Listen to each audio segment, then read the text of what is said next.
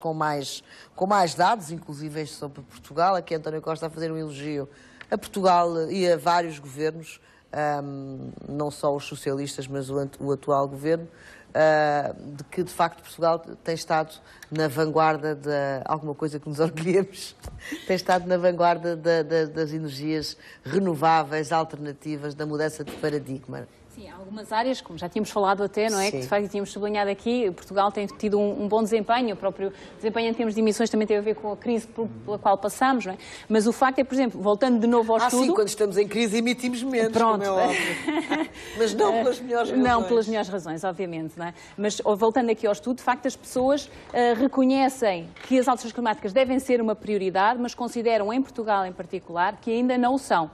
Portanto, mesmo com estas políticas, olhando para o conjunto, ouvimos agora que haverá, se calhar, uma intervenção mais diversificada, não são só as energias renováveis, a questão da mobilidade é fundamental, a questão dos nossos edifícios, a energia que é consumida nos nossos edifícios é fundamental. Ainda acho que deu quase a sensação que ainda estava o Presidente da Câmara de Lisboa a falar, não é?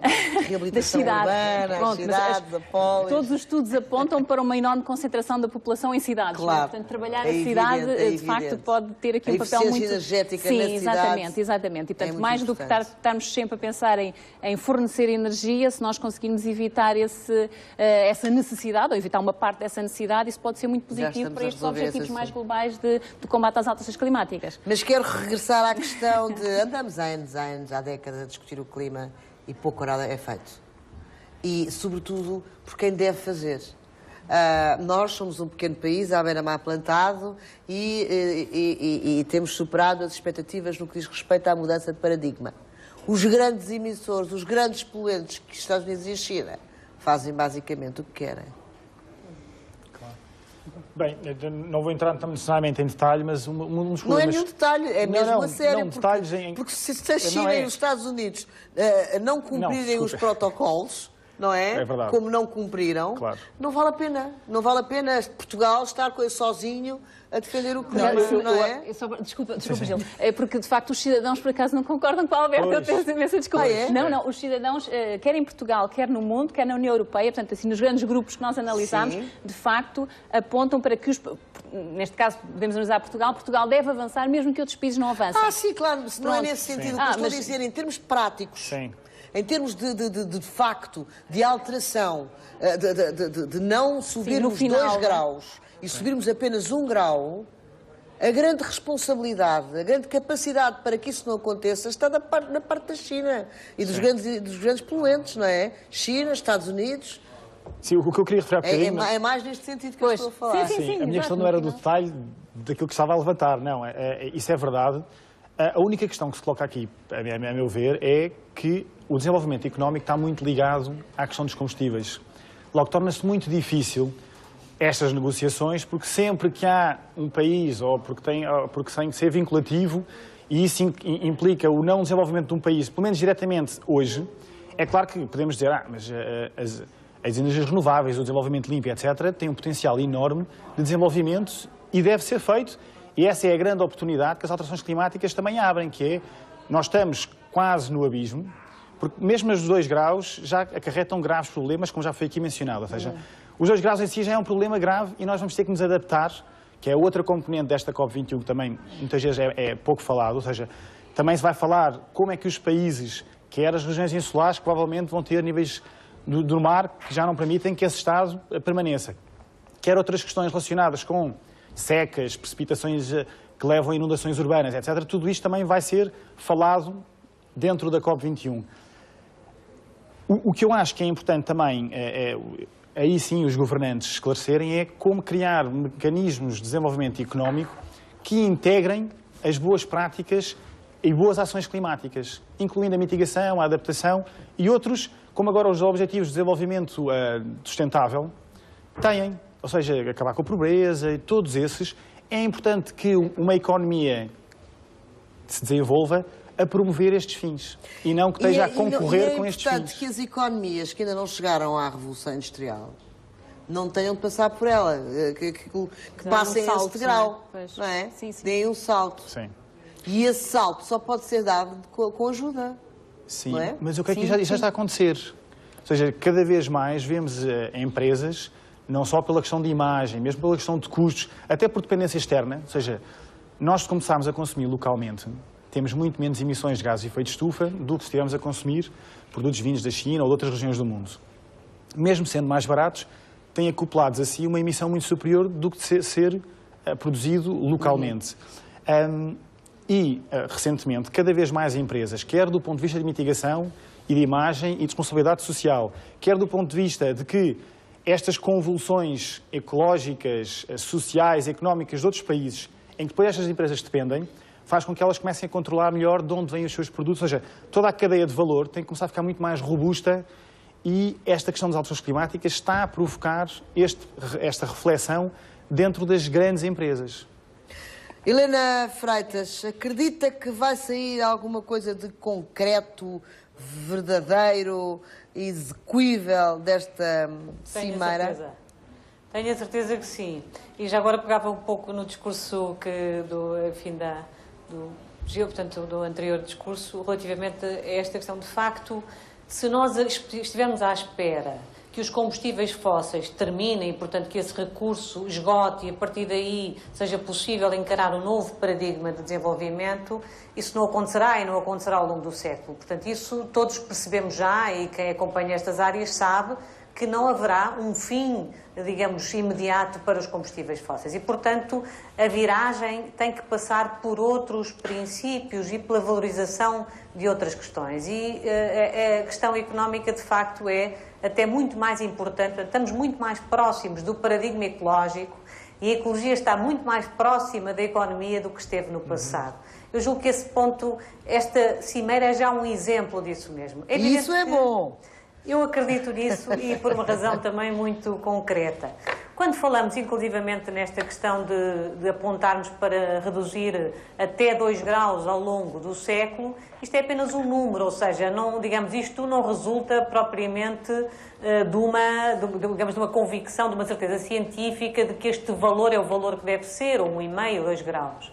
Mas no discurso político e na influência das decisões políticas é muito importante, de facto, começarmos a trazer este tipo de, digamos, de metas e podermos, inclusivamente também, como se perspectiva aqui em Paris, começar a fazer uma avaliação periódica dos próprios objetivos, por forma a que cada 5 anos cada país tem a possibilidade de verificar se já fez tudo o que podia fazer ou pode fazer um pouco mais. E porquê? Porque isto também acaba por criar outro tipo de dinâmica no próprio país, e Portugal é exatamente um exemplo disso. Nós, quando apostamos nas energias renováveis, no princípio da governação socialista de José Sócrates, portanto, no princípio deste século, houve também muitas pessoas que reagiram mal, portanto, uma transição que não era aceitável, porque não tínhamos tecnologia, porque não tínhamos um desenvolvimento que permitisse ao país, de facto, aproveitar essa digamos, orientação política. Mas a verdade é que, a partir dessa orientação, Portugal é hoje um país absolutamente exemplar na aplicação de uma estratégia política que teve frutos em termos económicos. Portanto, o país hoje... Mas também não é possível, deixe-me interromper, também não é possível andar para a frente e para trás neste caminho. Isto é, estou completamente de acordo consigo. Quando se define um rumo, por exemplo, as deduções fiscais para quem escolheu energias alternativas e depois corte nas reduções fiscais para quem escolhe energias alternativas. Este é um exemplo. Absolutamente. E é um princípio ecológico importante da sustentabilidade também das políticas públicas. Exatamente. Exatamente. Não é só neste campo, é em quase todos, mas pronto. Em tudo. Mas eu gostei de ouvir António Costa dizer, por exemplo, que o Ministério do Moreira da Silva foi importante na prossecução destes objetivos. E agora o Partido Socialista deve, de forma muito honesta e transparente, dar continuidade àquilo que é positivo e aproveitar exatamente aquilo que é positivo e incorporar, porque é mesmo assim que o país tem que aprender a construir, aproveitando aquilo que está bem feito e corrigindo aquilo que não está bem. E eu acho que nesta área é até uma daquelas em que temos sido um bom exemplo e também me parece, e já agora para concluir, não queria também monopolizar a conversa, que de facto, à escala global isto está a acontecer. Olhemos para a África, para o continente africano. por exemplo, tem de facto que ir buscar outras fontes energéticas alternativas e tem que pensar num outro desenvolvimento e rapidamente. Portanto, não se espera que em África se comecem rapidamente, por exemplo, à procura de combustíveis próprios ou inclusivamente até que se explorem, digamos, energia nuclear, etc. Portanto, o desenvolvimento da África não passará seguramente pelo mesmo paradigma daquele que tem sido o nosso. E espero que desejavelmente. E, portanto, estas dinâmicas começam a acontecer um pouco por todo o mundo e percebemos que temos realmente que construir soluções diferentes de desenvolvimento que sejam bastante mais amigas do planeta e, quando eu digo isto, refiro-me também à própria sobrevivência de outros seres vivos, da biodiversidade, de um capital biológico que connosco também nos acompanha neste percurso evolutivo e que é tão importante para nós e que tantas vezes esquecemos, mas que também sofre com os efeitos das alterações climáticas. Em jeito de conclusão, acredito que concordam com esta ideia de que somos exemplo, não só a nível daquilo que Portugal já conseguiu, mas também ao nível da coerência das políticas, independentemente dos governos? Bom, isso não estava no estudo. A única coisa que estava no estudo era de facto aquilo que eu já referi, que as pessoas consideram coerência, que não há... Na parte das energias renováveis, sim, a outro nível, pronto.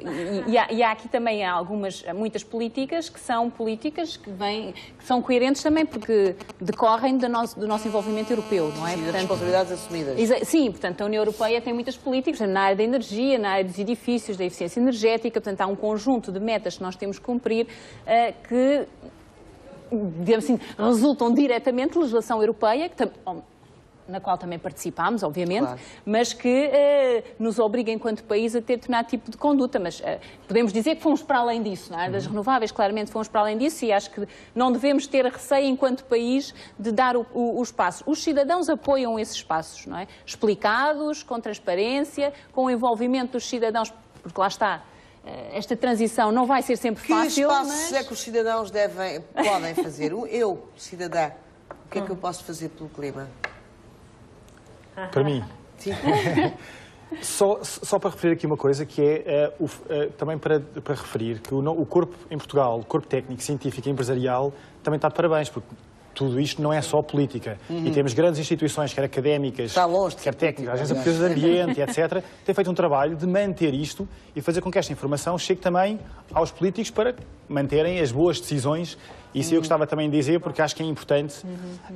E ao nível diário, acho que é importante a questão dos alimentos que nós consumimos, são produzidos localmente ou não, a questão das roupas e a manufatura das roupas, a questão dos transportes, locais ou não, se utilizam produtos mais amigos do ambiente ou não, ou seja, há pequenas ações do dia-a-dia que são muito importantes depois na economia, quer nacional, quer internacional. O facto de cada vez mais, por exemplo, na Faculdade de Ciências, temos visto cada vez mais alunos a virem de bicicleta para a faculdade e acredito que isso também tenha acontecido noutras instituições. Claro, as instituições têm que promover... Aqui na RTP temos 2 ou 3 colegas. Por enquanto. Por enquanto, já é muito bom, já é muito bom. E isso é importante. E para referir que cada vez, por exemplo, posso dizer que do evento que houve com os governos e cientistas da CPLP, a semana passada aqui em Lisboa, e com as empresas logo na segunda-feira seguinte, consegue-se ver o dinamismo que existe e o interesse que existe destes vários pilares da sociedade, quer político, quer científico, quer empresarial, quer técnico em cada país. Meus senhores, foi um gosto conversar convosco. Helena Freitas, cumprimentos até Coimbra, Gil Panha Lopes e Susana Fonseca. Obrigada pela vossa presença aqui na RTP3. Obrigada e boa tarde.